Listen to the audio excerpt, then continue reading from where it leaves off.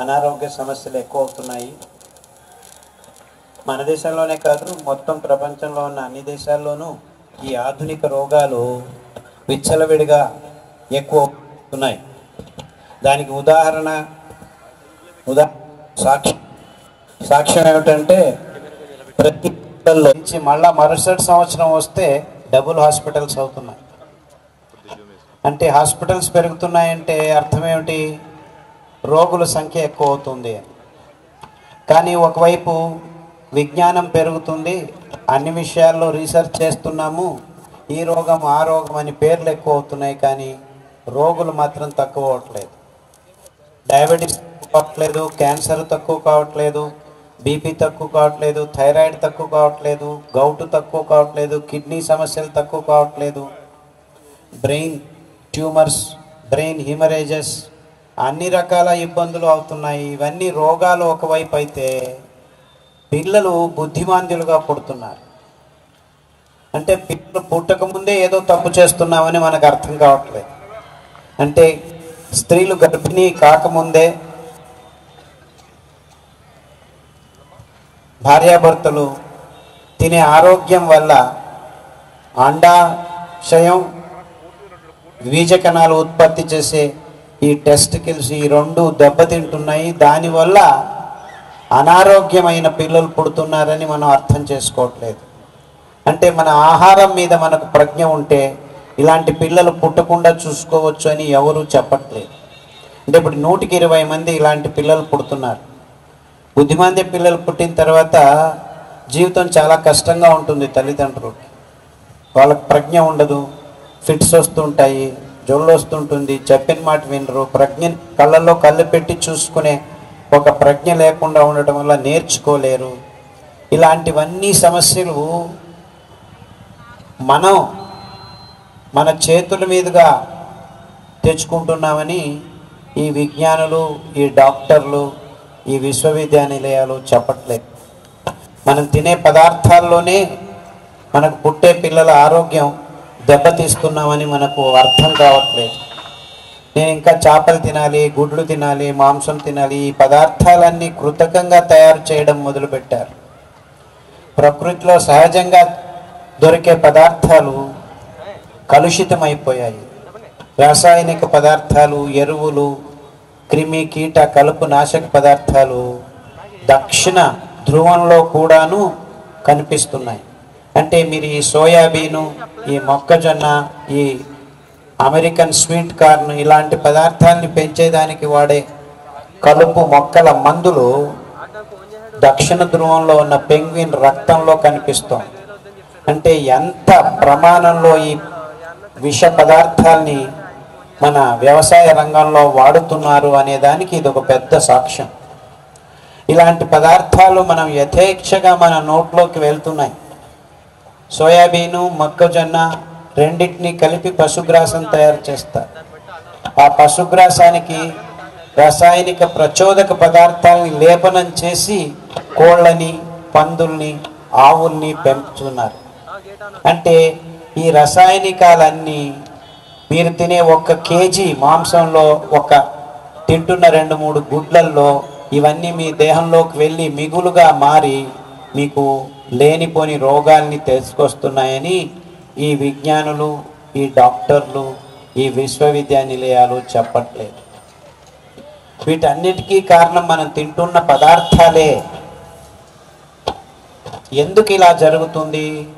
మన ఆహార పదార్థాలని మనం మర్చిపోయాము, లేకపోతే మర్చిపోయేట్టు ఈ కంపెనీలు చేశాయి. మనం జస్ట్ 80 years to 100 years వెనక్కి వెళ్తే ఈ వరి బియ్యము లేదు మన దగ్గర, ఈ గోధుమలు లేవు, ఈ పాలు లేవు, ఈ చక్కెర లేదు, ఈ గుడ్లు ఇలా లేవన్నమాట. అందుకే ముందు మన పూర్వీకులు వేరే ధాన్యాల్ని తినేవారు.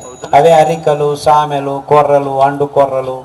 ఇలా అప్పుడు 4 వానలు వస్తే మెట్ట భూముల్లో కూడాను పెంచుకొని ఈ ధాన్యాల్ని ఇంట్లోనే రోళ్లల్లో దంచుకొని విసురాయిల్లో విసురుకొని, అప్పుడు మిషన్లు ఉండేవి కాదు, దాని మీద పొట్టు తీసుకునేదానికి కష్టపడేవాళ్ళు.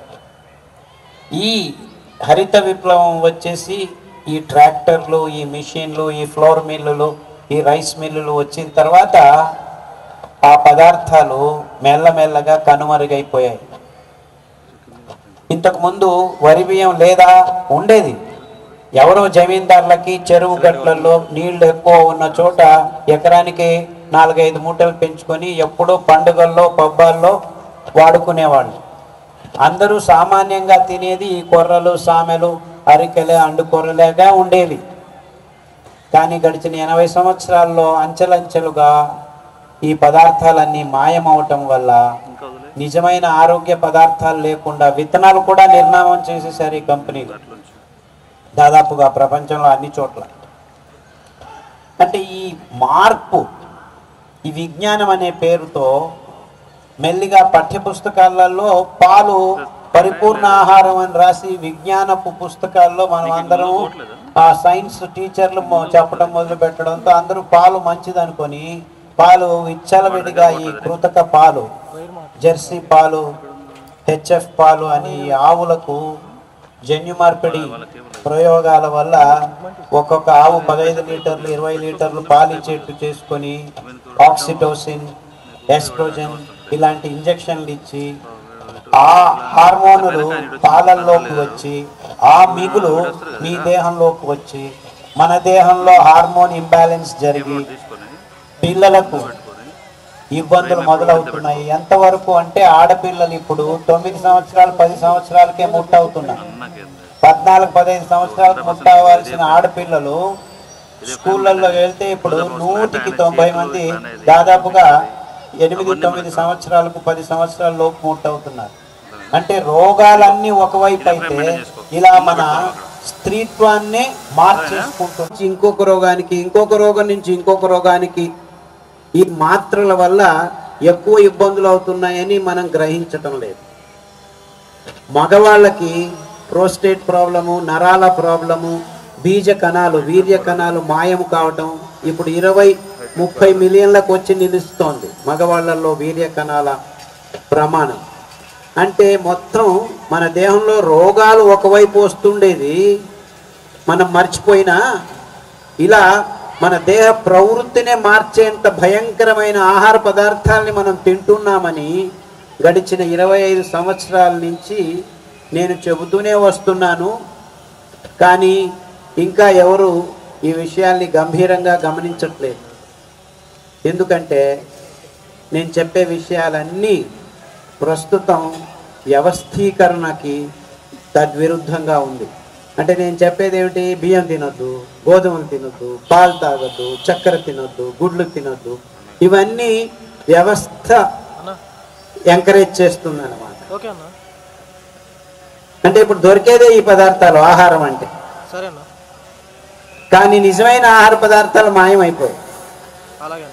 మనం నిజమైన ఆహార పదార్థాలని తింటే ఆరోగ్యంగా ఉంటాం. ఇంతే విషయం, చాలా సింపుల్గా ఉంది. ఈ గడిచిన 50 సంవత్సరాలే సాక్ష్యం మనకు. చిన్న పిల్లలు 20 సంవత్సరాల పిల్లలు బీపీ ట్యాబ్లెట్ తీసుకుంటారు. 100కి 5 మంది ఇప్పుడు 20 సంవత్సరాలకే బీపీ ట్యాబ్లెట్ తీసుకుంటున్నారు. 100కి 30 మంది థైరాయిడ్ ప్రాబ్లంతో కష్టపడుతున్నారు. 100కి 42 మంది బీపీ ట్యాబ్లెట్లు మొత్తం జనాభాలో తీసుకుంటున్నట్ట, రోజు తీసుకునేవాళ్ళు. 32 మందికి డయాబెటీస్ పేషెంట్లు వచ్చేస్తున్నారు. 100కి 10 మంది చిన్న